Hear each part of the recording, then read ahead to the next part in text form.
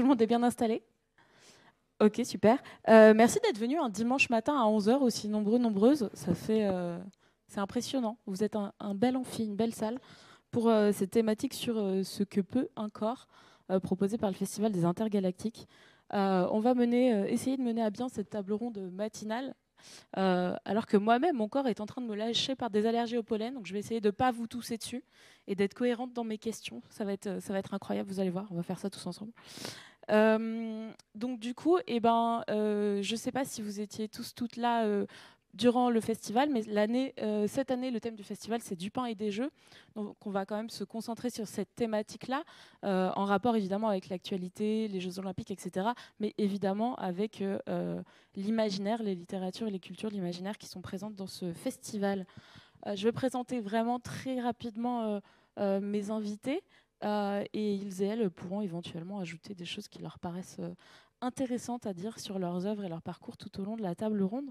Je vais commencer par Claire North, tout au bout de la table, et sa traductrice live, Kerry. Voilà, donc, qui est donc une autrice anglophone. Donc vous allez avoir une incroyable traduction live tout au long de cette table ronde.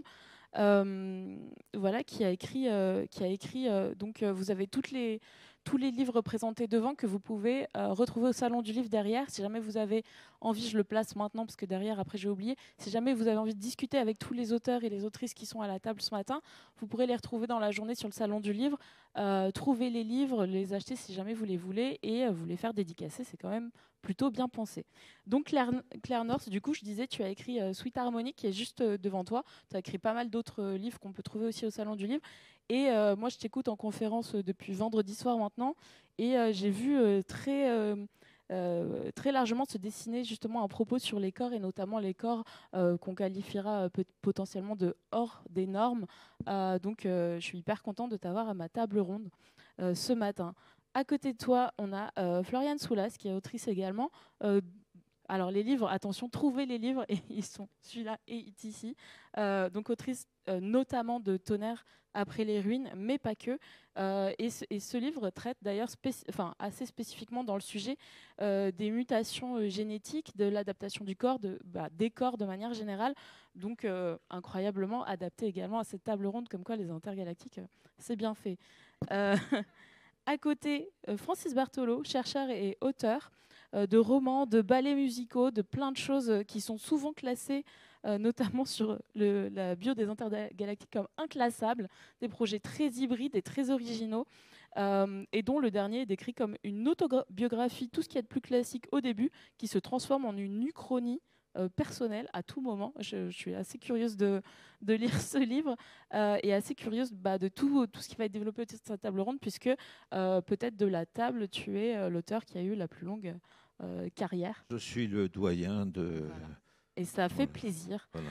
À côté de toi, un ajout personnel dont je suis très contente, Nicolas Landé, qui est directeur de la programmation cinéma sur le Festival des Intergalactiques. Donc un point de vue aussi cinématographique qui sera ajouté sur cette table, et qui a aussi une pratique sportive personnelle. Du coup, ça a été mon référent sur pas mal de questions autour de la pratique du sport, notamment de la musculation, du culturisme et de plein de sujets sportifs dans la pratique. Donc voilà, point de vue cinéma et salle de muscu juste ici, Oui. incroyablement polyvalent, admiré.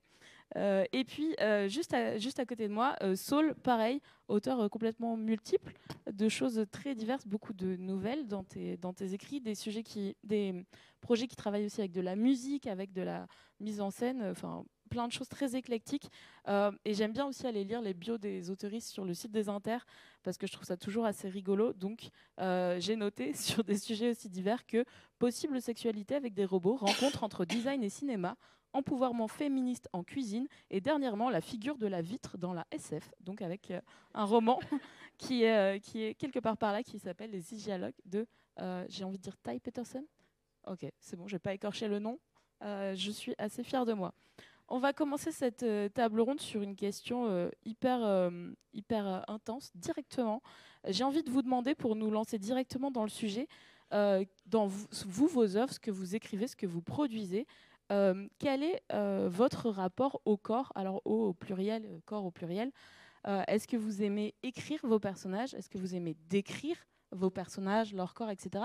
Ou est-ce qu'au contraire, c'est pour vous plutôt un exercice pas forcément facile et plaisant? Se lance qui veut, rebondit qui veut. Vas-y, je Il commence. n'y a pas de règle. Bonjour. Alors, c'est une question intéressante parce que quand tu as commencé la question, je pensais que tu allais dans une direction et en fait, tu as pris une autre direction tout de suite. Et moi, je décris pas beaucoup mes personnages. En fait, je trouve ça un peu frustrant quand l'auteur impose une imagination du personnage. Et en fait, au début, je ne m'en rendais pas compte. Et après, on m'a posé la question. On m'a dit « Ah, mais c'est vrai que tes personnages, ils ne sont pas extrêmement décrits. » Mais parce qu'en fait, je me dis, l'histoire, elle doit avoir une sorte d'universalité. Et il faut que les personnages, que les lecteurs puissent, s'ils le veulent, s'identifier aux personnages. Et c'est vrai qu'inconsciemment, je ne les décris pas trop. Après, je donne des indices quand même. S'il y a une couleur de peau, tu vois, je le précise. Par exemple, Feral, elle a les yeux jaunes. Donc, je dis quand même qu'elle a les yeux jaunes, quoi. Mais après, au niveau de son apparence physique, je reste assez vague. Je donne les infos importantes, mais c'est vrai que je ne décris pas trop ça. Parce que, en fait, ouais, ça m'intéresse pas plus que. En fait, j'ai envie que vraiment le lecteur il puisse s'approprier l'histoire et de le laisser libre un peu d'imaginer ce qu'il a envie. Et après, par contre, j'adore décrire les corps déchiquetés qui débordent dans tous les sens, les mutations et tout ça. C'est hyper cool parce qu'il y a un truc du corps qui est hyper intéressant, mais je pense qu'on va y revenir après. On va y revenir. On aura un axe développé aussi là-dessus, et notamment sur toute la thématique du body horror qui était mentionnée dans la table ronde. Bon, bah, moi, je vais dire exactement le contraire, hein, parce que moi, je trouve que c'est pas au lecteur d'inventer comment sont mes personnages. Je lui dis comment ils sont et bon, il ferme sa gueule, hein, faut pas déconner. Et alors, c'est très agréable quand ce sont des personnages que je peux désirer. Et c'est aussi très agréable quand ce sont des personnages que je déteste. Parce qu'on peut être très méchant dans la description d'un personnage. Il suffit de voir les différents portraits que fait Balzac de la cousine bête. Il en fait 3 qui se succèdent, qui sont de pire en pire. Donc c'est un plaisir. Et, bon, et j'ai aussi bon, j'ai une formation de biologiste, donc le corps est quelque chose d'essentiel pour moi. Et c'est au point où j'ai écrit un essai qui s'appelle le corps du héros, où j'étudie dans un corpus 19e, 20e, littérature générale et associée, la façon dont le corps des personnages intervient dans la description, dans la narration et dans le dialogue. Et c'est très intéressant de voir les auteurs qui n'en tiennent absolument pas compte. L'auteur est juste, le personnage est juste une créature de papier, un actant, et les auteurs, au contraire, pour qui vraiment la moindre cellule, la moindre fibre musculaire ou osseuse est étudiée en tant que telle. Et bon, en science-fiction, ça sert beaucoup, à mon avis, c'est plus développé dans science-fiction qu'en littérature générale, parce que justement, on peut jouer avec. Super. Claire, Saul, je me tourne vers les autoristes, parce que c'est évidemment. I am basically face blind. Sorry if I've met you and gone, ah. J'ai pas la mémoire des visages, donc désolé si je vous ai rencontré et que j'ai paniqué. Panique is not. A reader will always imagine their own face, regardless of how thorough your description is. Un lecteur va toujours imaginer sa version du visage, peu importe à quel point vous êtes méticulé dans la description. It's why you constantly find the game being played of, hey, which actor do you imagine doing this? I always see Tom Hiddleston. C'est ce qui amène au jeu.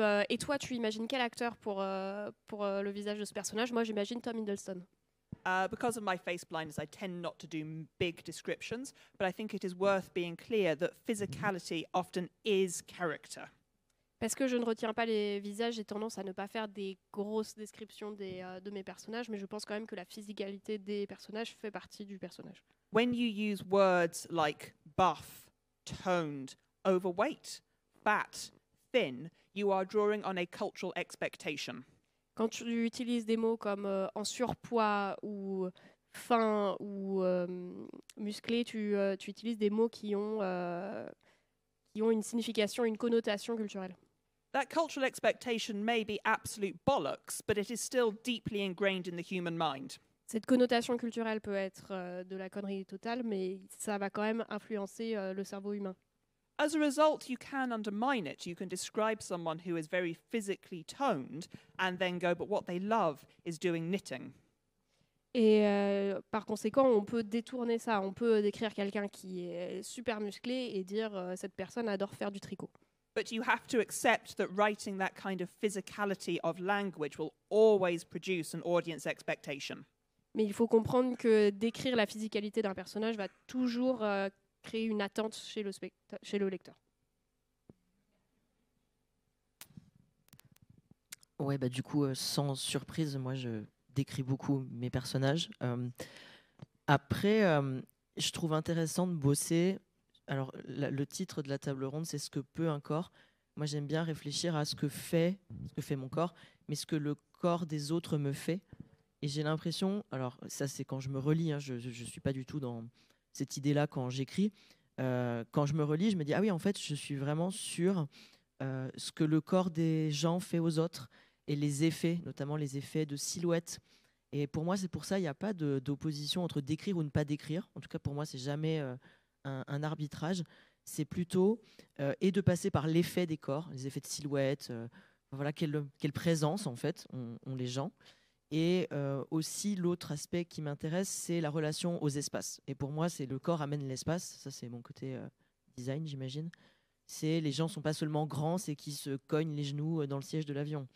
Les gens sont pas, je sais pas quoi d'ailleurs, voilà, timides, mais ils ont du mal à passer le sas de la porte. Enfin voilà, tout ça, ça se traduit par des formes corporelles et des histoires de corps en mouvement. C'est pour ça l'idée de décrire. Francis parlait de portrait. Pour moi, le portrait, il est en mouvement. Enfin, c'est un des intérêts de la littérature, quand même. Je me permets de rebondir parce qu'en fait, je trouve que en fait, tu vois, tu peux le prendre de différentes façons. Tu as la description physique pure et dure de dire bah, mon personnage, il est grand, aux yeux bleus, blond, gros, petit, enfin tu vois. Et il y a décrire le personnage par rapport à comment son corps réagit. Tu vois, moi, je dis jamais mon personnage, il est blond, brun, on s'en fout. Par contre, la manière dont son corps réagit dit beaucoup de choses du personnage, le fait que tu vois, elle va fermer les yeux ou qu'elle va détourner le regard ou que tu vois, elle va se mettre en retrait. Enfin, tu vois, et c'est ça, je me retrouve beaucoup dans ça parce que je trouve que ça décrit presque plus le personnage, la manière dont il mouvoie son corps et comment il reçoit par le corps l'histoire plutôt que juste faire une description physique, quoi. Je vous propose d'enchaîner avec du coup un lien peut-être plus direct avec le thème du festival, donc quand même du pain et des jeux, donc le sport notamment. On va parler là pendant le reste du temps qui nous est imparti du corps potentiellement comme objet de performance, comme objet de fascination, comme objet de spectacle, etc. Et peut-être pour commencer, il y a, en écoutant les tables rondes au fil du week-end, il y a quelque chose qui m'a un peu fait réfléchir sur cette question. Partir peut-être du sport olympique et de la figure du héros grec comme sportif solitaire, comme athlète unique. Et ce qui va m'intéresser peut-être pour un peu ouvrir le débat et puis après aller creuser en profondeur un peu partout, c'est la question, est-ce que pour vous le culte du corps est intrinsèquement lié au culte du héros unique, du héros solitaire ou de l'héroïne solitaire? Je me rends compte que dans beaucoup d'œuvres, on voit beaucoup des sportifs et des sportifs sur des sports, mais également au cinéma, pas qu'en littérature, hein, Nico, si tu veux rebondir aussi, sur des sports qui sont des sports solitaires.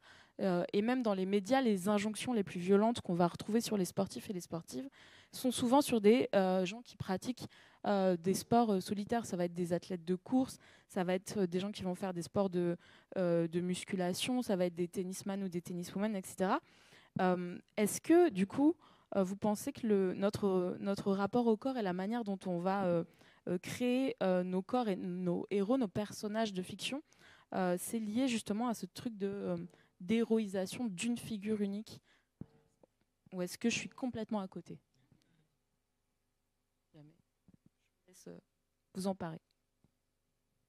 Alors, il se trouve que j'ai fait ma thèse il y a longtemps sur les héros de cinéma qui courent tout seuls au devant des flammes voilà, dans les films d'action.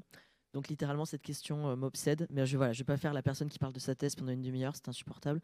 Mais juste pour dire que j'ai ça en tête aussi quand je réponds. Et en fait, c'est drôle ce que tu as dit. Enfin, en fait, je crois qu'on n'est pas dans un culte du corps. On se raconte ça. On est dans un culte de l'image du corps, éventuellement. Et même ça, je suis pas sûre, en fait. Pour moi, le corps est évacué, en vrai. Et je trouve que la première question, au final, elle met ça en relief. C'est-à-dire qu'on est tous et toutes conditionnés pour penser corps, image de corps. Alors qu'en réalité, c'est pas ça, avoir un corps. Avoir un corps, bah, tu vois, tu parlais de tes allergies. C'est, pardonnez-moi, pisser, chier, manger. Enfin, voilà, c'est ça, le corps. Et alors, évidemment, on s'en rend plus compte quand on est malade. Parce que là, il y a une sorte de... Il y a une forme de vérité quoi, dans la maladie. Je ne sais plus qui a dit ça, la maladie et l'enseignant, le malade et l'élève. Il y a de ça. Quoi. Donc, je ne pourrais pas répondre personnellement à ta question. J'aurais peur de répondre en disant oui, c'est l'individualisme, etc. En fait, pour moi, on n'a pas commencé à s'intéresser au corps. Je dirais ça comme ça. Je ne sais pas si ça fait écho chez vous, mais... Je sais pas, moi, moi je n'écris pas des romans d'action, donc cet aspect-là n'intervient pas. Le corps, il intervient aussi comme objet de désir. Et on parlait de musculation tout à l'heure, et dans le milieu gay, dont je fais partie, la musculation est le sport fondamental, parce qu'on veut être l'homme qu'on désire. On veut être pareil à celui qu'on désire. On veut devenir l'autre, on veut devenir Superman. Je ne sais pas comment les hétéros vivent la musculation. Je ne suis pas. Tu n'es pas hétéro? Non. Ah, mais... Désolé. Enfin, oui, bienvenue. Parce que moi j'ai fait de la musculation et mon but, c'était de devenir musclore comme lui, mais je n'ai pas réussi. Mais c'est... Alors, on ne sait pas, finalement, ce que les hétéros mettent dans le culte. C'est un grand mystère. Est-ce qu'il y a des hétéros mâles dans la salle qui peuvent nous répondre? Ça n'existe pas aux intergalactiques, ils sont cancel. Peut-être qu'au moment des questions, pour avoir un témoignage, gardez ça en tête pour plus tard. Nico, si jamais tu veux rebondir justement sur cette question du rapport à la musculation, etc. Ouais, ce qui était intéressant aussi dans ce que tu disais, c'était le rapport à l'individualité et au phénomène de groupe, un peu.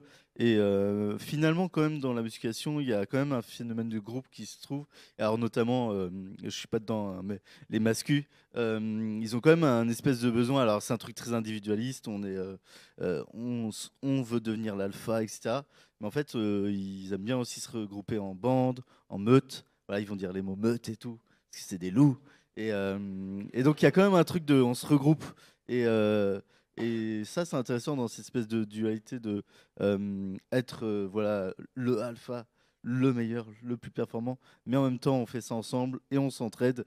Et même voir, il y a de l'homoérotisme dans on va se regarder, on se prend en photo, se jauger le corps de l'autre, se regarder pec, faire même ah, tu me trouves comment là, trop pas. Et puis même sans auto-encourager, ah, je trouve que tu as pris du muscle et tout, c'est quelque chose de bien vu. J'allais dire PD. Chez les gays, j'ai le droit. Chez les gays et les hétéros. Ouais, vous voyez ce que je veux dire, c'est pas quelque chose, mais du coup, c'est quelque chose d'un peu valorisé. Il y a un peu tous ces rapports-là qui sont intéressants. Juste si je peux rebondir sur ça, j'ai l'impression aussi que moi j'aime bien la muscu, ça se voit pas, mais j'aime bien ça parce que c'est aussi un truc corps-machine. Et voilà, ce serait faux de dire aussi que c'est un truc solitaire. En fait, pour moi, c'est très interactif. Et en ce moment, alors j'arrête pas de faire des tables rondes insup, là, on me demande les IA vont-elles toutes nous tuer, voilà. Et je me dis, mais personne n'a pensé encore à mettre un chatbot dans ta machine, tu sais, qui ferait ah oui, vas-y, continue, tu vois, ça serait trop bien, quoi. Voilà, j'ai eu cette idée. Vas-y, mon gars. Voilà, s'il y a des entrepreneuses dans la salle. Mais c'est marrant parce que du coup, moi j'ai fréquenté beaucoup d'hétéros qui faisaient de la muscu, enfin notamment du crossfit. Et moi, j'ai fait beaucoup de sport. Alors après, j'ai été blessée, donc j'ai arrêté, mais j'ai fait beaucoup de crossfit. Et alors, je raconte ma vie. En fait, avant, je faisais de la natation. J'ai fait beaucoup de natation à haut niveau quand j'étais petite. Et il y avait il y avait une ambiance assez particulière de... On est tous dans la performance individuelle, mais on fonctionne comme un groupe tout le temps. C'est-à-dire que tu nages toujours avec le même groupe, tu fais les relais toujours avec le même groupe, donc il y a quand même une conscience du groupe. C'est c'est ton groupe, quoi. Et quand j'ai arrêté de nager, j'ai longtemps cherché un sport qui me procurait ces sensations-là, où en fait, le sport de groupe, pour le coup, par exemple, j'ai fait du volley, j'ai plein de choses, mais ça m'intéressait pas. C'était pas pareil. Et en fait, quand j'ai commencé la muscu et le crossfit, à l'époque, en 2015, et ben, j'ai retrouvé ça. Parce qu'en fait, c'était hyper satisfaisant de se dire, en fait, il y a un truc un peu homoérotique de soi-même où tu te dis, ah ouais, regarde, je savais pas que j'étais capable de faire ça, et en fait, je peux soulever 25 kilos à bout de bras et tout ça, alors que je pensais que j'étais pas capable. Mais en même temps, au crossfit particulièrement, tu ne fonctionnes qu'en groupe. Les séances se font forcément en groupe. Et du coup, tu es toujours avec le groupe, mais chacun est face à son truc personnel, donc c'est ta barre et toi, quoi. Donc il y a un truc avec la barre, tu vois. En plus, c'est hyper phallique, donc. Non, mais c'est vrai. Hein. Il y a un truc avec la barre, la machine, les tractions, et trucs comme ça. Mais en même temps, tu ne fonctionnes que dans le groupe. Et dès le jour 1 où moi je suis arrivée, j'arrivais pas à courir, on m'arrivait, on me tapait dans le dos et on me fait allez vas-y continue, tu peux le faire, tu as fait une répétition de plus et tout. Et il y avait ce truc d'émulation du groupe quand même dans le sport où certes tu vas regarder ta performance à toi et tu vas dire ah ouais regarde aujourd'hui j'ai passé 10 reps de plus machin, mais en même temps tu es toujours dans le groupe et le groupe t'encourage tout le temps à faire plus et il y a cette espèce d'émulation tu vois, et qu'on retrouve chez les mâles alpha et les mascus où en fait ils profitent de cet effet de groupe pour se motiver eux et rentrer dans ce truc. Et en fait, ma mère a été hyper terrorisée parce qu'elle me disait mais en fait, on a l'impression que tu es dans une secte et tu parles que de bouffe et tu parles que de sport et c'est chelou et tout. Et moi, je dis ah, genre, mais tu ne comprends pas, c'est un mode de vie. Non, en fait, c'était un peu bizarre quand même, tu vois. Mais il y avait ce truc du groupe et en fait, c'était pas solitaire du tout en fin de compte. C'était solitaire parce que ton ennemi, entre guillemets, à vaincre, c'est toi-même. Mais ça ne se fait que dans le cadre du groupe tout le temps. Et pour le coup, je trouve que c'est bien parce que ça permet quand même de se rappeler que t'es pas tout seul dans le monde et que tu vois, ton individualité n'est pas éthérée complètement et que tu fonctionnes dans une société qui a ses règles, hein, le sport a ses règles, mais qui a quand même, qui est quand même une communauté, quoi. Et même quand tu arrives, quand les gens qui commencent, et peut-être vous l'avez vu aussi, les gens ils sont vachement quand même dans l'auto-jugement. Plus il y a une espèce de projection, les gens ils pensent que les autres vont les juger, alors que pas du tout, tout le monde s'en fout. Vraiment, tout le monde s'en fout et et qu'on comprend parce qu'ils sont passés par là. Alors que les gens qui commencent, etc., sont souvent, ou même qui n'ont pas osé, sont dans l'auto-jugement et se dire bah non. Mais... Ouais, mais des trucs super cons, genre par exemple, moi quand je suis arrivée, pour moi c'était impensable de faire une séance en brassière. Je voulais pas qu'on me voie, je trouvais ça bizarre. Et en fait, à la fin, quand il fait 30 degrés et que tu es en train de soulever de la fonte, tu te dis ah, vas-y, en fait, le t-shirt ça me gêne, j'arrive en brassière. Et on m'a jamais regardé de travers dans une salle de crossfit. Et même moi, j'ai passé ma vie à regarder des mecs torse nu en train de faire de la muscu. Et en fait, je voyais même pas leur corps. Je me rendais pas compte. C'était juste mes potes en train de suer sur leur barre et j'étais juste à leur dire allez, vas-y, fais ta rêve de plus, tu vois. Et il y avait pas, en fait, tu désinhibes vachement parce qu'il y avait pas ce regard de jugement sur le corps. En fait, on regardait ta performance, pas ton corps en train de faire la performance. Mais du coup, est-ce que ça va pas un peu dans le sens de mon impression de dire le fait d'être en groupe et de ramener le collectif casse le regard objectivant sur le corps en tant que plein de choses. Et j'ai l'impression quand même, dans ce que vous décrivez tous et toutes, et après quand même on laissera peut-être Claire avoir un avis là-dessus, mais que vous ramenez beaucoup la notion de groupe comme un élément qui a fait qu'on a arrêté de regarder votre corps, ou vous l'avez peut-être moins perçu comme quelque chose d'objectifiant à la limite, ou de désir, de comparaison, de plein de choses. Et j'ai l'impression que c'est un peu ça dans le collectif versus l'individualité. Moi, ce côté collectif, je ne le ressens pas tellement, mais surtout quand on commence à faire de la musculation, c'est franchir un pas. En général, on a tout un passé d'adolescent complexé, nul en gym, etc. Et tout à coup, on va s'autoriser à essayer de devenir autre chose. Et c'est quand même vraiment, c'est par rapport à soi-même, une transgression du regard qu'on portait sur soi-même. Et merde, j'en ai assez de me trouver moche dans la glace, je veux changer. Voilà. Et je pense par contre que c'est un regard qui est propre à la communauté du sport. Parce qu'entre nous, on ne va pas se juger. Mais par exemple, mon ex, moi, il m'a dit t'es trop musclé. Mais parce que lui ne faisait pas de sport en plus. Enfin, en fait, tu vois, c'est un ancien sportif qui faisait plus de sport et en fait, lui, s'est permis de me dire attention, fais pas trop de sport, tu vas être trop musclé. Alors que c'est quelque chose qu'aucun des gens avec qui je faisais du sport m'aurait jamais dit. Jamais, et en plus, ça risque pas d'arriver d'être trop musclé. Quand on dit aux gens je vais faire de la muscu, ah mais tu vas devenir comme ça. Ah bah non, c'est pas si simple. Est-ce que Claire, tu as envie de réagir ou pas particulièrement? Tu nous Tu nous dis. I'm going to slightly, how do you translate, rain on this parade. Je vais un peu casser votre délire. Avec plaisir. Group sport is fantastic. Yay, love it. Le sport en groupe, c'est super, youpi. J'adore. Doesn't CrossFit have leaderboards? Est-ce que le CrossFit n'a pas des... Ouais, non, moi j'en avais pas. J'en avais pas. C'est des, en fait, t'as des trucs des de tableaux de performance, score. ouais, de score de performance, ouais. Oui. Yes, they had. They had, but je le fais en anglais. When I was doing CrossFit, it was not. I was never looking at what other was doing. Just that, like 2 months ago, I do this time, and now 2 months later, I've improved my score, and I was doing better. But I agree that it's a bit like a sect or something, and that some people are using it the wrong way. Moi, quand je faisais du CrossFit, je regardais jamais les performances des autres. Je regardais seulement par rapport à moi où j'en étais, quel temps j'avais fait il y a 2 mois. Mais je suis d'accord qu'il y a un peu un aspect de secte dans le truc. During the pandemic, I was sad and could only read bad magazines. Pendant la pandémie, j'étais triste et j'arrivais seulement à lire des mauvais magazines. One of the bad magazines I read was Women's Health magazine, Un de ces mauvais magazines était La santé des femmes, which gives you whiplash.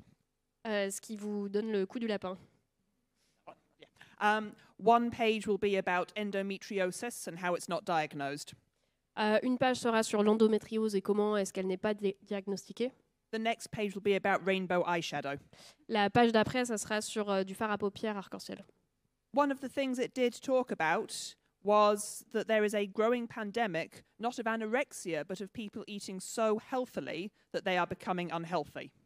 Et il parlait d'une prétendue pandémie, pas d'anorexie, mais où des gens mangeaient si bien qu'ils en devenaient pas en bonne santé. Out of curiosity, I also read one edition of Men's Health magazine, Par curiosité, je suis aussi allée lire le magazine La santé des hommes, where everyone is naked. où tout le monde est nu. In Women's Health magazine, every other article began with, "Babe, we know it's really hard thinking about weight and it's really hard thinking about mental health, but we have to." Dans La santé des femmes, chaque article commençait par Chérie, on sait que c'est difficile de penser à son corps et c'est difficile de penser à sa santé mentale, mais il le faut. Men's Health magazines, the articles began with, "Mental health? Should we talk?" Dans La santé des hommes, les articles commençaient par Est-ce qu'on peut parler de santé mentale?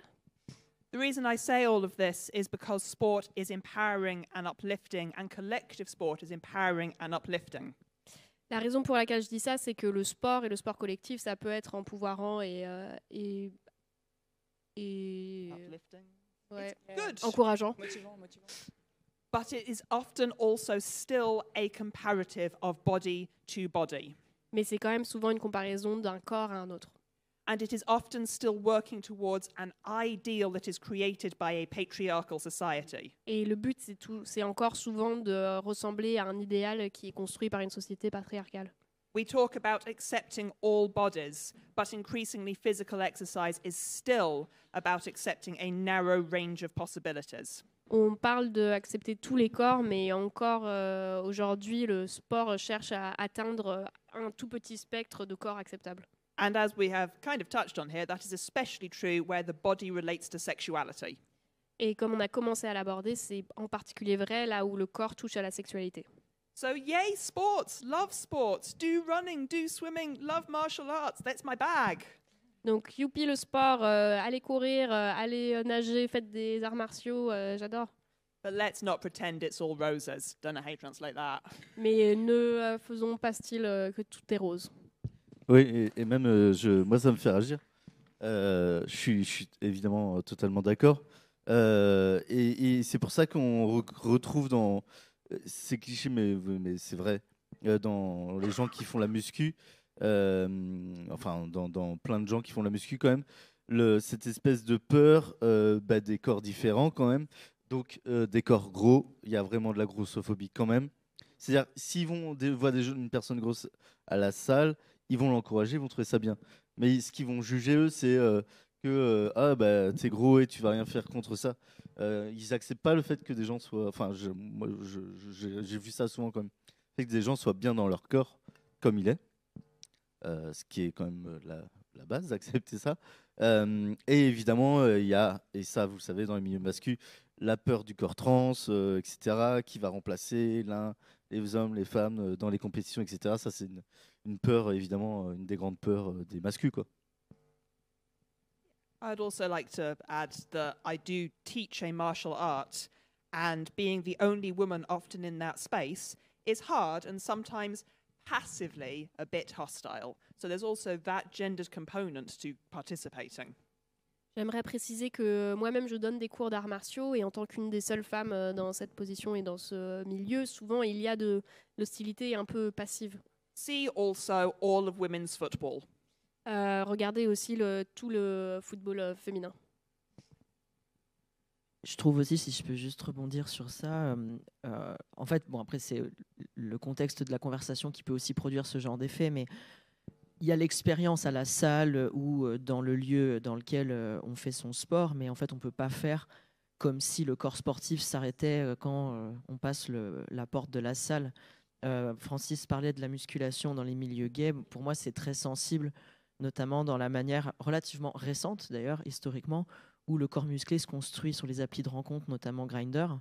Il y a quasiment une écologie visuelle, j'imagine qu'il y a des gens qui travaillent là-dessus, mais du mec qui se met en scène à Basic Fit. En plus, on voit que c'est à Basic Fit parce que c'est orange. En plus, on leur a dit maintenant, parce qu'il y a gros versus Grindr, alors on leur a dit que c'était pas bien d'être grossophobe. Donc ils mettent plus gros signe interdit, ils mettent mec entretenu cherche la même chose, voilà. Donc ça se recode autrement, voilà. Mais c'est assez intéressant aussi de considérer la manière, ce que nommait Claire, effectivement tous les rapports d'oppression, mais aussi la manière dont ça nous visite ailleurs. Donc il y a les applis de rencontre. Et puis un autre truc dont on n'est toujours pas sorti et qui est, pour moi, il faudrait qu'on y bosse. Je ne sais pas si la SF le fait. C'est le moment alimentaire, en fait.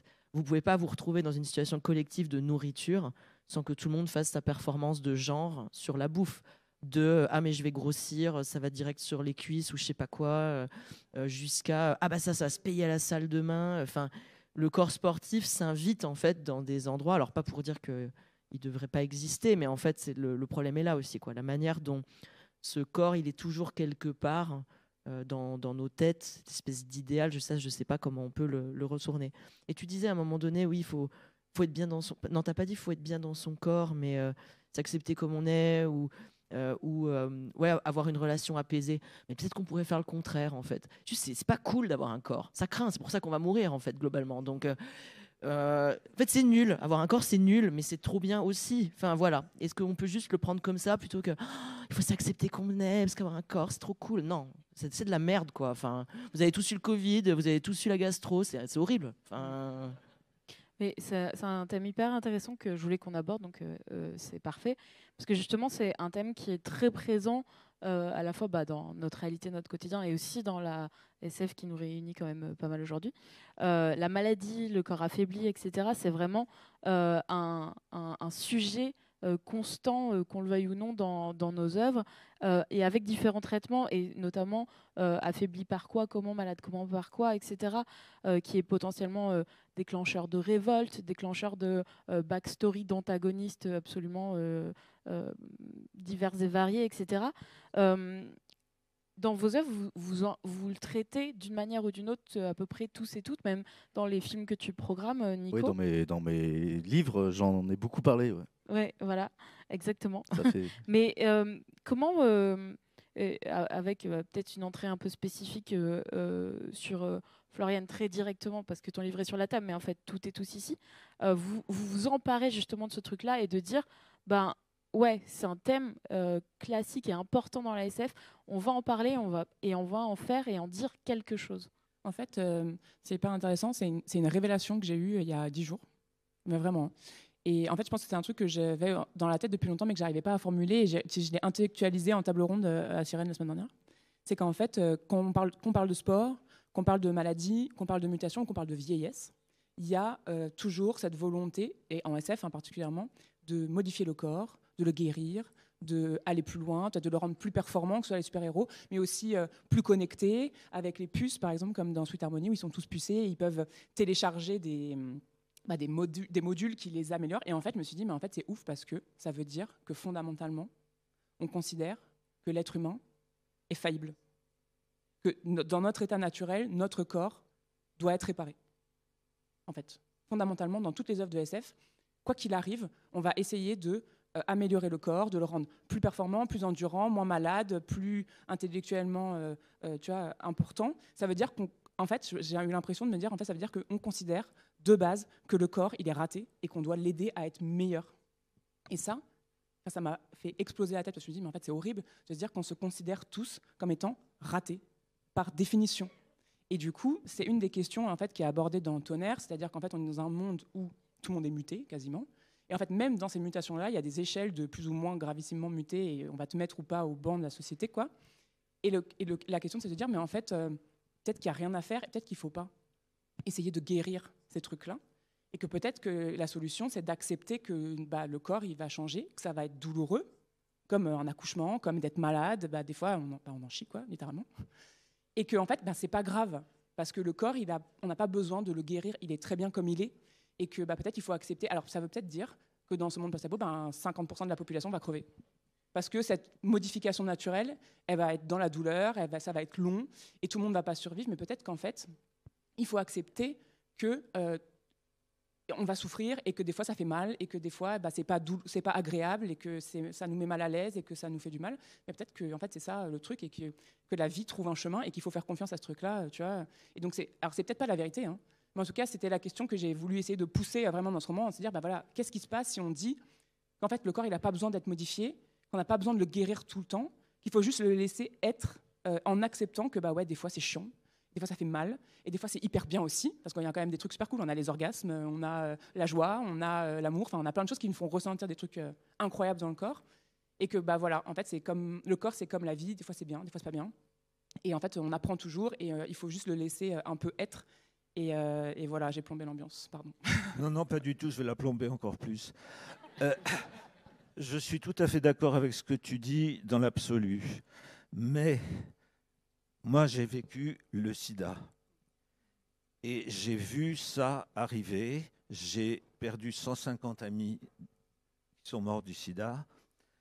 Et c'est devenu pour moi une obligation vitale d'écrire un bouquin là-dessus qui explique aux gens, aux hétéros, parce que c'était essentiellement les gays, entre autres, les Hawaïens et les Euro-Inhumains aussi, les 3H, mais, qui étaient touchés. Mais je voulais faire comprendre à la population générale ce qu'on vivait. Et j'ai donc fait une métaphore du sida. J'ai pris une planète où il y avait deux espèces, enfin deux races humaines, l'une avec de la peau un peu comme les baleines ou les phoques ou les dauphins, voilà, les dauphins, et l'autre avec des écailles, comme les lézards. Et l'interdit était un interdit de contact physique entre ces deux espèces. Ça ne plaçait donc pas le problème sur la question du sexe. La question du sexe n'était absolument pas le sujet. Et j'ai raconté l'histoire de la communauté gay, tout ce qu'elle avait vécu comme libération, etc., jusqu'à l'arrivée du sida et la traversée avec une solution positive. Et ça me paraissait nécessaire parce qu'on était tous en train de crever et on voyait tous nos copains crever et il fallait donner de l'espoir. Attention, je ne suis pas anti-vaccin ni rien. Non, mais en fait, je suis d'accord avec ce que tu as dit. Il y a une différence entre soigner voilà. et faire plus que ce qui est nécessaire pour vivre bien. Quoi. On est tout à fait d'accord. C'est juste que de temps en temps, et moi j'ai revu ça arriver avec le Covid. Je me suis dit, putain, ça recommence. Bon, ça a été différent, mais il y avait des traits communs. Et d'ailleurs, allez lire Rivage des Intouchables, parce que c'est incroyable. Oui, c'était Rivage des Intouchables, effectivement, le livre en question. C'est intouchable parce qu'ils n'avaient pas le droit de se toucher. Est-ce que Saul ou Claire ou Nico, vous voulez rebondir là-dessus? Sinon, j'enchaîne. Oui, juste pour peut-être revenir à la question, même si je suis heureux que Francis ait abordé le sujet. Effectivement, moi j'entends bien aussi ce que tu dis, Floriane. Après, moi, c'est vrai que ça m'a fait écho spontanément Moi, j'ai pas de par défaut fonctionnel en fait. Hein. Je suis sponsorisé par Bayer. Non, mais c'est vraiment. Enfin, et d'ailleurs, c'est un point d'achoppement régulier avec mes copains gauchistes. Ils disent, ouais, enfin, la révolution, on va tout cramer. Je suis là, ouais, juste, est-ce qu'on peut garder les usines à hormones, s'il vous plaît, avant, quoi, parce que voilà, juste, ça va être compliqué. Et aussi, si on pouvait garder la boîte qui fabrique mon machin à électrode, grâce auquel je suis fonctionnel tous les jours, ça m'arrange aussi, quoi. Enfin voilà, il y a des questions de cet ordre. Et pour répondre plus sur la fiction, c'est vrai que dans mon dernier roman, les personnages font pas trop de sport, ils sont pas trop là-dedans, mais la séquence Hartman, et ça n'a pas été beaucoup dit parce que je suis pas sûre que ça ait particulièrement interpellé les gens, mais c'est un peu un livre aussi de deuil par rapport à ma pratique de la course. Quand j'écris la séquence Hartman, je ne peux pas courir. Je cours très mal. Hein. Je fais des scores nuls, mais j'aime beaucoup ça. Entre autres parce que j'étais un ancien mauvais élève de sport qui est tout nul à l'école, on en a parlé tout à l'heure, et du coup j'y trouve quelque chose d'assez chouette dans le fait de courir, mais j'ai aussi des problèmes de santé qui ont fait que j'ai dû m'arrêter à un moment donné, et c'est une espèce comme ça de drame perpétuel de je reprends, j'arrête, je reprends, j'arrête. Et quand j'écris la séquence, je peux pas courir. Et j'ai ce personnage de Ross qui lui peut courir, il est obligé de courir parce qu'il est dans l'espace, donc il y a toute cette relation aussi à courir avec la machine, quelle est la relation qu'on a avec les machines de sport. Et puis le rêve de cette joggeuse, bon après voilà, je révèle pas plus, mais c'était un gros truc pour moi. Et c'est vrai que souvent on dit oui, la SF peut ci, la SF peut ça, en se disant c'est le thème techno-scientifique qui va amener un élément de solution. En réalité là, pas du tout. Ou alors c'était vraiment... Rose fait rien avec son cyclus dans l'espace que vous ne pourriez faire avec un vélo elliptique sur Terre, quoi. Mais en même temps, voilà, le fait de l'avoir déplacé, c'était important pour moi. Voilà. Ça commence par une scène de sommeil, mais ça commence aussi par une scène de sport, même si c'est absolument pas pour ça que le livre a été commenté, je pense. I think something very important but grim that is worth just reiterating is that the actual experience of dying doesn't hurt. Quelque chose qui est un peu glauque à rappeler, mais pas mauvais en soi, c'est que le fait de mourir, l'expérience de mourir ne fait pas mal. Anyone who sat with a dying relative will probably have observed that actually it's quite peaceful. Quiconque a été près d'un proche mourant a pu observer que en fait, c'est assez paisible. Moreover, science wishes you to know that once the body realizes the game is up, the pain will go away. Et un petit fait scientifique, quand le corps réalise que la partie est finie, la douleur disparaît. I think it's important to say this because a lot of the time when we talk about the body, what we do not talk about is its end. And if we do not talk about its end, we live in fear. C'est important d'en parler parce que souvent quand on parle du corps, on ne parle pas de sa fin. Et si on ne parle pas de la fin, on vit dans la peur. Fear leads us to make very bad decisions. Et la peur nous amène à prendre de très mauvaises décisions. I accept that I have a disability. J'accepte que j'ai un handicap. I am autistic, hilariously face blind, but one of the side effects of the autism is I have very poor sleep. Je suis autiste, je peux pas reconnaître les visages, mais aussi un des effets de l'autisme, c'est que je dors très mal. The bad sleep then triggers pain, so I'm in physical pain most of the time.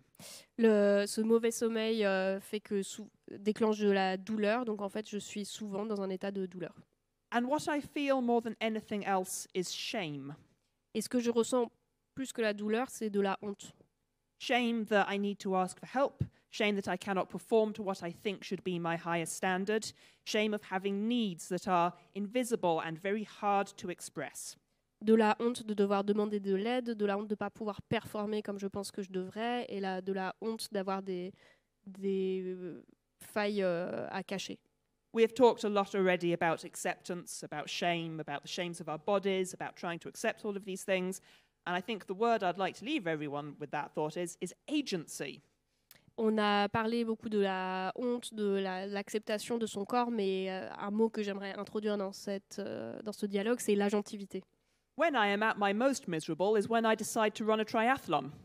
Quand je me sens le plus mal, c'est quand je décide de courir un triathlon. When I cannot control anything else in my life, I go running because it gives me a sense of agency. Quand je peux rien contrôler dans ma vie, je vais courir parce que ça me donne un sentiment d'agentivité, de contrôle. This is not the same as a healthy response. C'est pas tout à fait une réponse saine. but sometimes taking agency over your body is the very last thing that is left. Mais parfois, prendre cette agentivité qu'on a sur son corps, c'est la dernière chose qui nous reste. I don't have anything witty to add to that. Therapy is probably better. J'ai rien de malin à rajouter à ça. La thérapie, c'est sans doute mieux. Vous avez le droit d'applaudir. Hein.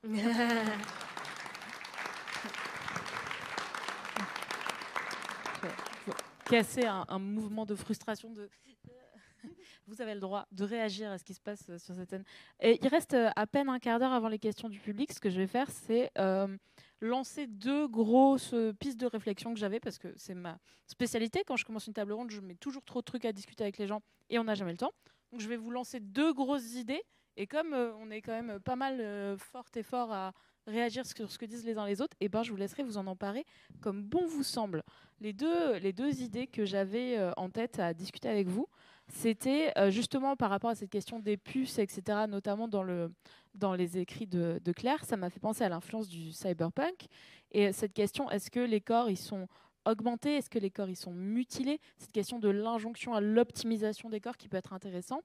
Et évidemment, puisque j'ai complètement, comme tout le monde, mes biais de pensée et que je suis probablement influencée par une politisation de gauche, je me suis demandé aussi, est-ce que la mécanisation, la machinisation des corps, elle casse ce côté de la performance et de la transformation physique qu'on attendrait dans le sport, en déplaçant du côté notamment de l'argent, ce qu'on pouvait obtenir par le travail du corps, et notamment dans les classes populaires. Est-ce qu'on n'a pas aussi dans la manière dont la science-fiction travaille les corps des gens, un marqueur aussi de classe sociale, d'ordre social, etc., qui se passe du côté de l'argent, puisque moi, dans l'imaginaire que j'ai aussi du sport, c'est qu'il y a plein de sports où justement des classes sociales inférieures peuvent s'exprimer, performer et devenir très fortes, aussi parce que nos corps, c'est nos outils de travail, et que souvent, dans les classes moins favorisées, on a moins peur de les abîmer, de les utiliser que les bourgeois, puisqu'on n'a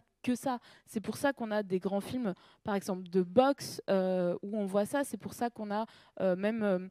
je pensais à On achève bien les chevaux, avec ses concours de danse, avec tout ça. On pousse le plus possible la performance du corps en échange d'un peu d'argent ou d'un peu de nourriture. Donc voilà, ce grand thème-là de... est-ce qu'une partie de notre littérature décale pas aussi le problème du corps par rapport au rapport de classe? Ça, c'est un premier grand thème. Et très gros thème, donc vous en direz bien ce que vous voulez. Et la deuxième, c'était aussi dans ce thème-là, mais qu'effectivement, la mise en scène du sport dans la SF, c'est aussi souvent la mise en scène du contrôle des corps qui passe par plein de choses. Et on voit souvent que c'est un outil d'oppression, le sport, et la mise en scène du sport dans les grandes œuvres de SF, et notamment beaucoup des œuvres filmiques récentes. Et que justement, on observe qu'on devrait être face à quelque chose un peu de l'égalité des chances, puisque quelque part, on rentre dans des compétitions sportives qui sont censées avoir les mêmes règles pour tout le monde, et qu'en fait, pas du tout. On constate plutôt le contraire, que ce soit dans la science-fiction ou dans la réalité, avec ce qui se passe avec ça revient avec les JO, toutes les personnes hors normes, les personnes par exemple non valides, intersexes, trans, etc. Tout le contrôle de cette question de, par exemple, la testostérone, la médication des corps, etc. Le contrôle des tenues, le contrôle de tout, quoi. Donc voilà, c'est des thèmes qui se recoupent avec plein de sous-catégories. Mais comme il nous reste peu de temps, je voudrais que vous en empariez, que vous disiez bien ce que vous avez envie de dire là-dessus, histoire qu'on en parle quand même. Moi, je peux en parler, mais justement pas dans le cadre du corps. C'est dans un des romans que j'ai écrit qui s'appelle Hadès Palace, qui présente un palace de luxe réservé à des gens très friqués et à qui on offre des spectacles. La règle qu'on impose aux artistes, c'est le beau, le vrai, l'extrême. Alors, il y a le cercle des fêtes où on voit tous les beaux spectacles. Et puis, il y a en dessous le cercle des crimes. c'est ce qui se passe là où vont les artistes dont on estime qu'ils ne sont pas assez performants, leur jeu n'est pas assez juste. Le héros, par exemple, est un mime, et on trouve qu'il théâtralise trop, il met trop d'émotions, il n'est pas assez robotisé. Donc on va commencer à agir sur son corps, on va commencer à l'étirer, à lui faire des piqûres, et on va le transformer complètement de façon à ce qui rentre dans le moule. Il y a une harpiste aussi dont on considère qu'elle n'est pas assez performante, et on lui fait travailler sur une harpe avec des décharges électriques dans les cordes quand elle ne tient pas le... Pardon. Je fais la régie aussi un peu, donc... Merci. On lui fait travailler dans une harpe avec des cordes électriques, et elle se prend une décharge chaque fois qu'elle n'a pas tenu le rythme. Et à la fin, en dessous, il y a le cercle des ombres, où se retrouvent les ombres des artistes qui ont été tués par ce système. Voilà. Moi, je peux rebondir sur ce que tu disais sur le cyberpunk. Déjà parce que c'est un genre que j'aime beaucoup, mais aussi parce que j'ai écrit du steampunk. Et c'est vrai que, en fait, il s'est passé plein de choses la semaine dernière dans ma vie. Plein de révélations. Mais du coup, en fait, moi, j'ai toujours vu le cyberpunk, donc le steampunk, donc on a des prothèses et tout, comme d'abord un moyen de combler un handicap. Donc, quelqu'un qui perd un bras ou qui perd une jambe, voilà, on va lui mettre une prothèse un peu stylée pour l'aider à marcher. Et du coup, la semaine dernière, j'ai fait une conférence avec Yasmine Djebel, qui est spécialiste en neuromotricité. En fait, elle a un master en neuromotricité et elle travaille avec des gens handicapés. Et elle disait... En fait, la vision que la SF a de la prothèse n'est absolument pas représentative de ce qu'est la prothèse aujourd'hui, tout comme la vision qu'on a de l'IA n'est absolument pas ce qu'est l'IA aujourd'hui.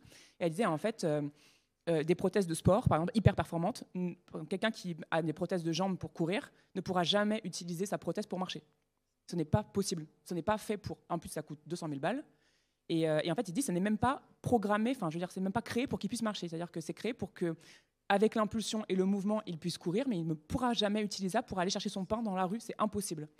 C'est des prothèses complètement différentes. Et elle dit, par exemple, c'était hyper intéressant, elle disait, la prothèse de la SF ne prend pas en compte le fait que, en fait, mettre une prothèse, c'est hyper dur, parce que des fois, ça ne marche pas, il faut en essayer plusieurs, ça fait mal, comment on gère la douleur, on ne peut pas la porter tout le temps, le fait que, en fait, souvent les jeunes, elle travaille beaucoup avec des jeunes, n'acceptent pas la prothèse et pensent que ils vont avoir une prothèse et ça va les rendre comme des super-héros. Ils disent, ah, mais je vais être Terminator. Elle dit non, en fait, tu vas avoir mal et ça va être chiant et tu vas pouvoir juste attraper ta tasse et c'est déjà énorme en fait. Et donc il y a toute une question sur aussi comment la SF gère ça, parce qu'en fait, c'est souvent pas des personnes handy qui écrivent ce genre de choses, alors qu'il y a tout un traitement de qu'est-ce que c'est vraiment que d'avoir une prothèse qui n'est pas du tout pris en compte, parce qu'on est dans le culte de la performance et qu'on nous a appris ça. Et elle dit c'est aussi pour ça que les enfants qui ont des prothèses pensent qu'ils vont devenir des super athlètes, alors qu'en fait, ils vont juste marcher. Mais en fait, c'est énorme de juste marcher, on ne s'en rend pas compte.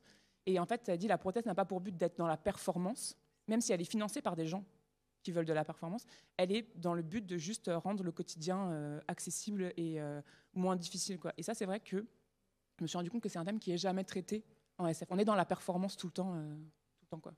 Si je peux rebondir là-dessus, il y a un beau texte de Audre Lorde dans les journaux du cancer, où elle se pose cette question-là, parce qu'elle subit une double mastectomie à cause de son cancer. Et en fait, juste après sa mastectomie, elle reçoit la visite d'une infirmière qui lui dit bon, maintenant, on va passer aux prothèses et tout ça. Elle dit non, mais j'en veux pas.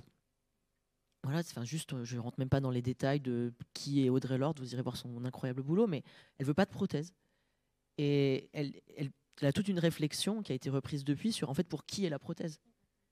Donc ça, c'est la première chose. Parce que ça gêne de voir des gens en situation de handicap. Et du coup, c'est nous qui ne voulons pas voir. Mais peut-être et on en parlait à cette fameuse conférence la semaine dernière avec notre modérateur qui était en chaise roulante, handicapé. Et en fait, il y a un truc vraiment de projection où on se dit, nous, personnes valides, nous, personnes sans handicap, on n'imagine pas que les gens avec un handicap ne veulent pas vivre comme nous. On se pose comme la norme et on se dit, en fait, ces gens qui ont un handicap, ils voudraient marcher. Et en fait, peut-être pas.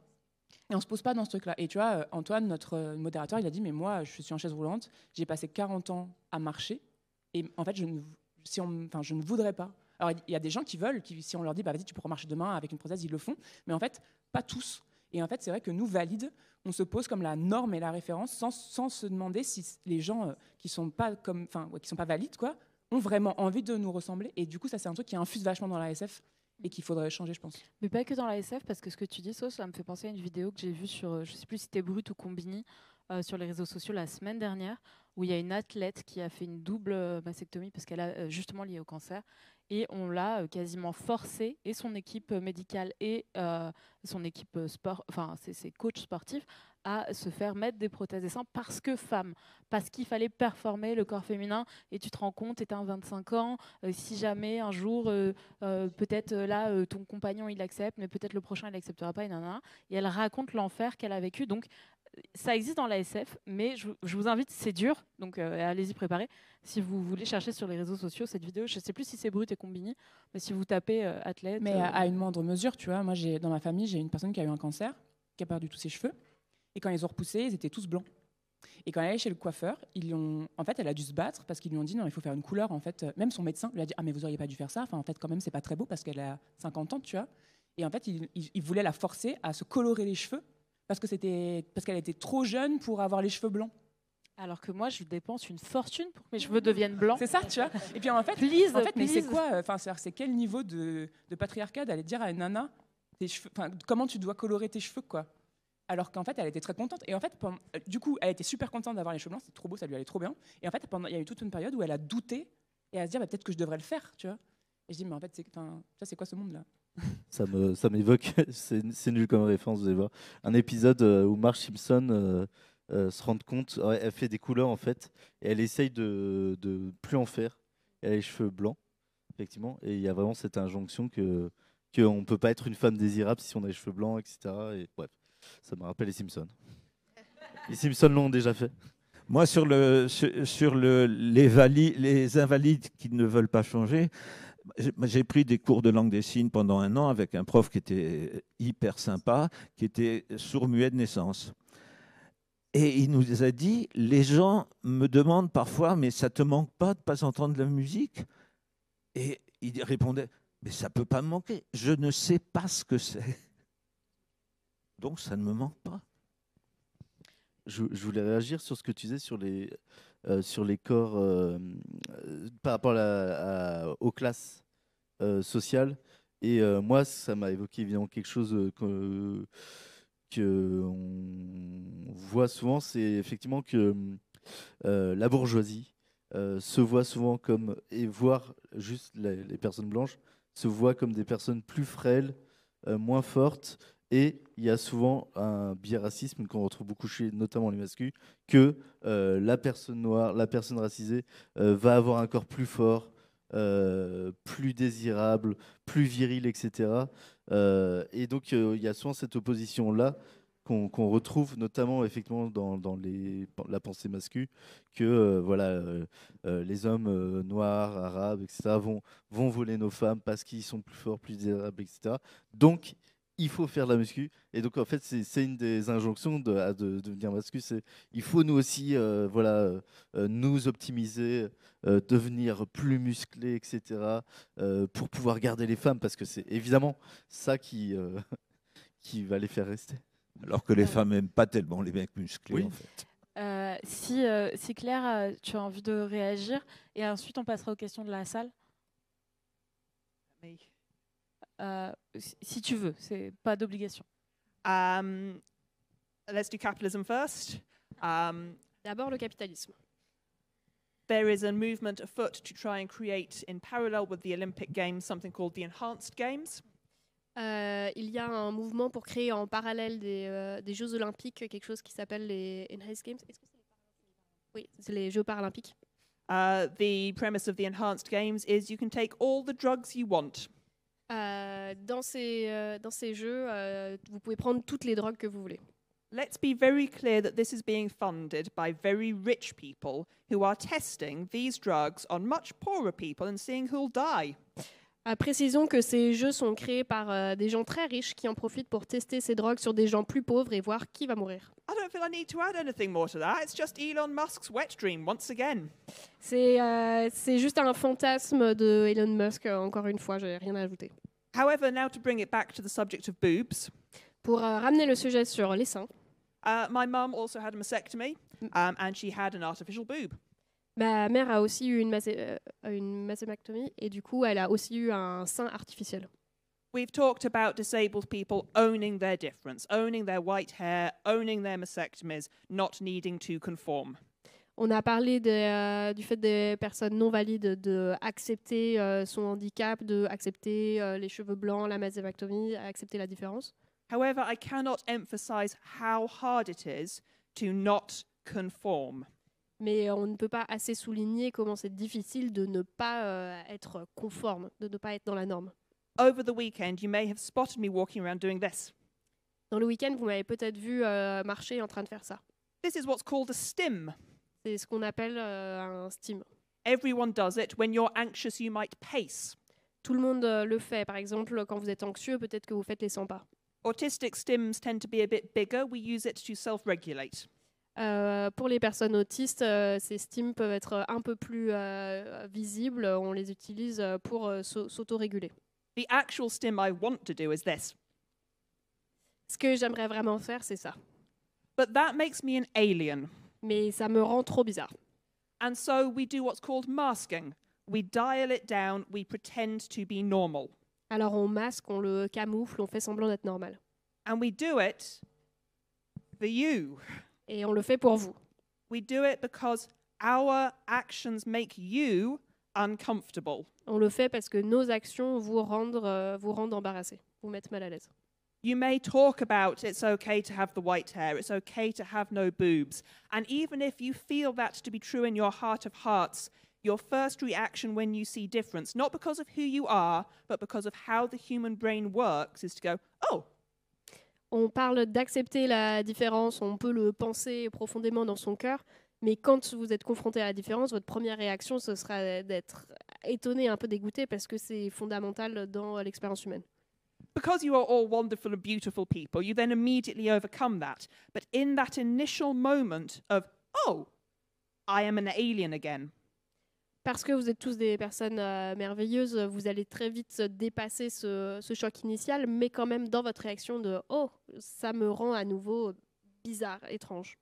So it's all very well talking about acceptance from a non-disabled community to a disabled community, but I want you to understand how incredibly hard it is on the disabled side and why we might choose to mask, and I invite you to also accept that. Donc c'est très bien de parler de l'acceptation du handicap de la part de personnes valides, d'une communauté valide, mais c'est incroyablement difficile de faire l'expérience inverse, d'être dans la situation de la personne avec un handicap et qui peut du coup tout à fait choisir de masquer, de se camoufler et essayer de comprendre aussi pourquoi est-ce qu'on peut faire ça. If you are wondering what the solution is to just honestly look any disabled person in the eye, whatever organ is available, and ask, what is your experience? That is an amazing first step. Si vous vous demandez, mais c'est quoi la solution, c'est de regarder du coup une personne avec un handicap dans les yeux ou dans n'importe quel autre organe disponible et juste lui demander, mais c'est quoi ton expérience à toi?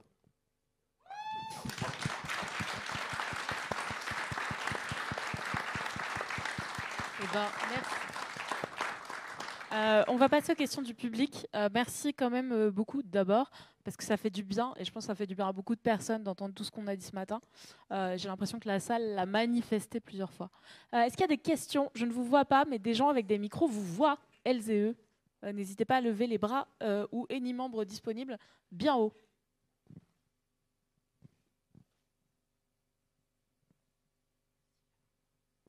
Alors, il y a une question en haut, c'est ça? Bonjour. Bonjour, vous m'entendez? C'est OK? Oui. Alors, j'ai écrit ma question. Je l'ai écrit en anglais et je peux la faire en français aussi. Comme ça, je fais la propre traduction. You've talked about individuality, strength in muscle, in wanting to be better, and about illness, handicap, being not in the so-called norm. And even gender conformity and classism. What can you do as author to break the reader's expectations, to break the cultural background, and what can you do to break your own cultural background and expectation when you write about someone, when you describe someone, or when you choose not to describe them? Donc, vous avez parlé d'individualité, de la force dans les muscles, de vouloir être mieux, de vouloir s'améliorer en tant qu'humain, et aussi donc de maladies, d'handicap, d'être dans la norme, et donc de se conformer au genre, de classisme. Qu'est-ce que vous pouvez, en tant qu'auteur, écrire pour casser le background culturel du lecteur? Qu'est-ce que vous pouvez faire pour justement contrer ça? Et qu'est-ce que vous pouvez faire aussi, vous, quand vous écrivez, pour contrer vos propres biais, en fait, culturels?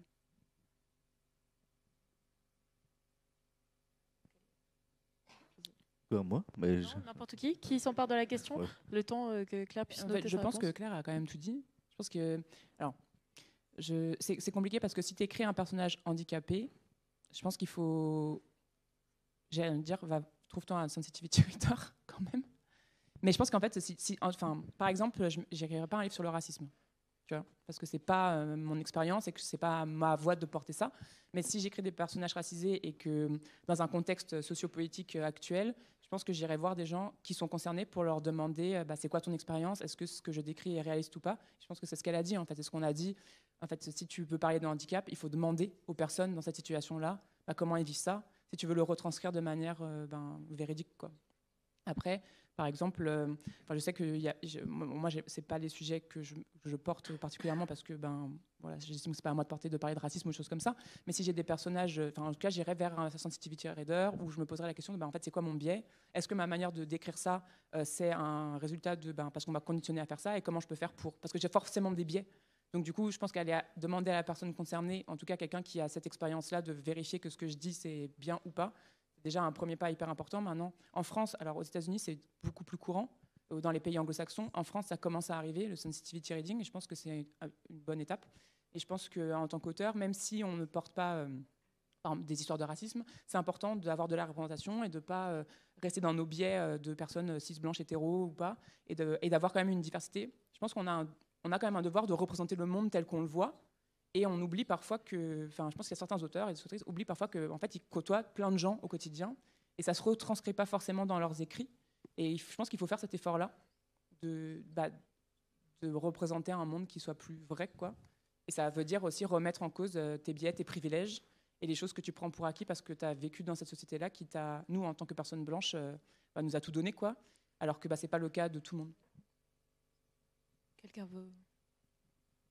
Hello, publishers in the room. Bonjour aux éditeurs qui sont dans la pièce. Have you noticed how if you don't pay a lot of money for books, you tend not to get many books from minority and discriminated against authors? Est-ce que vous avez remarqué que si vous ne donnez pas beaucoup d'argent à des auteurs, vous aurez peu d'auteurs qui viennent de minorités ou de catégories discriminées? Is it possible that the way we get more of these voices in the system is by paying more money to authors so that they can live and then tell their stories? Serait-il concevable que la solution serait de bien payer les auteurs pour que tout le monde puisse vivre de ce métier, y compris les personnes issues de minorités? And don't get me wrong, publishing is an enormously hard job, but capitalism is the problem again.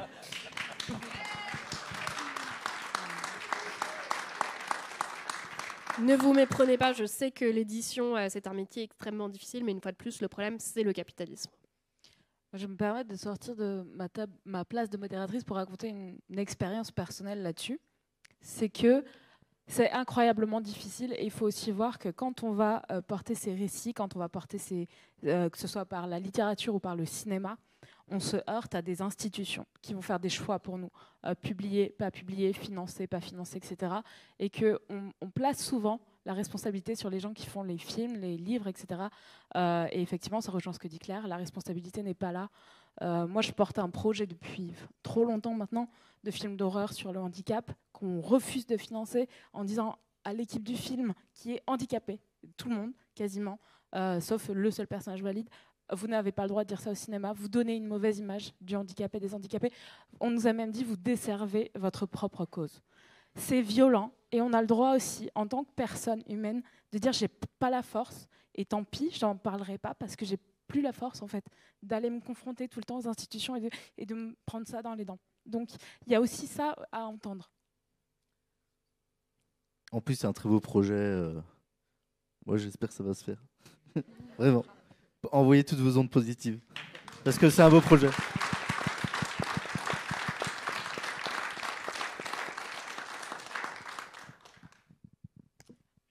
Des questions Une peut-être autre question?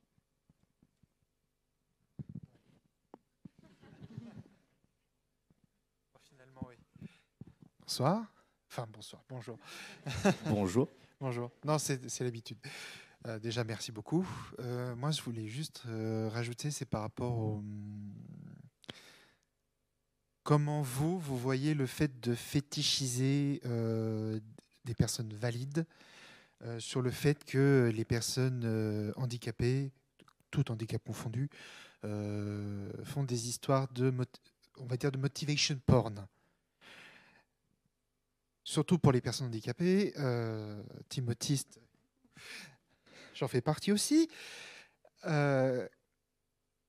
Comment vous voyez-vous dans vos personnages, je m'adresse vraiment globalement à tout le monde, comment vous voyez que des personnes ayant des différences, des handicaps, qui font juste des choses pour eux-mêmes, qui semblent bien pour elles et qui font vraiment essayer de faire abstraction du monde extérieur sans trop mettre un film complètement occultant, sinon on s'isole et c'est la merde, je sais de quoi je parle. Comment vous arrivez-vous, de votre point de vue, à gérer un personnage qui a une différence, qui l'exclut de la société, mais qui a besoin d'évoluer et qui évolue avec le temps forcément, sans pour autant qu'on attende de lui exclusivement de l'inspiration porn? Comment vous arrivez-vous à mettre une différence entre l'évolution personnelle et ce qu'on attend d'une personne handicapée de la société? Dans mon Dieu, elle a survécu, regardez ce qu'il est en train de faire, c'est exceptionnel, sa force, sa volonté, sa motivation, de ce qu'il peut performer.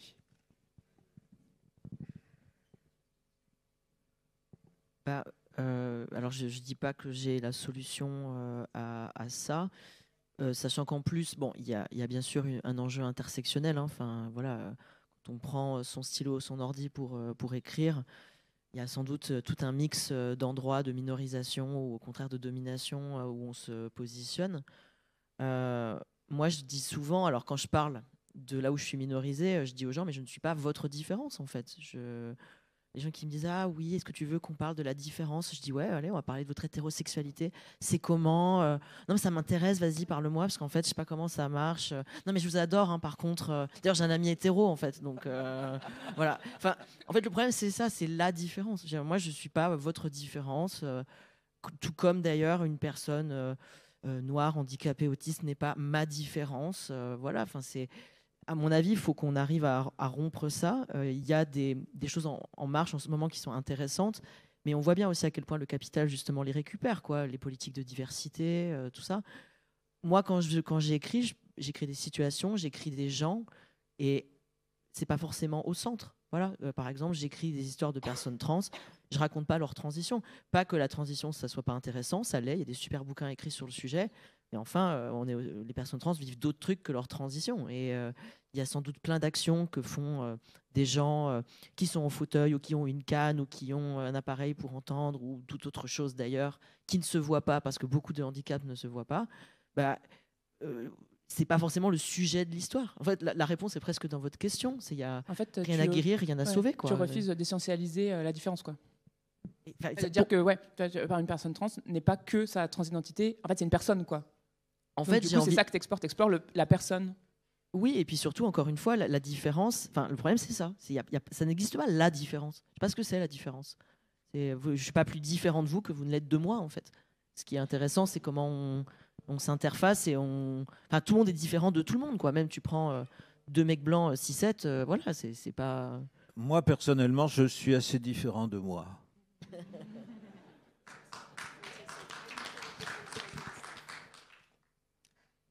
Any thoughts? No. Eh ben, on va rester sur cette conclusion qui est une très belle conclusion. Merci beaucoup d'être venu. Merci au Festival des Intergalactiques de laisser la place pour discuter de tous les sujets avec des panels à chaque fois magnifiques d'auteuristes, de gens du cinéma et d'ailleurs. Vous avez encore tout le dimanche pour profiter du festival. Vous avez des films, une brocante, des projections, des tables rondes. Voilà, merci aux bénévoles, merci à la MJC, merci à vous. Merci.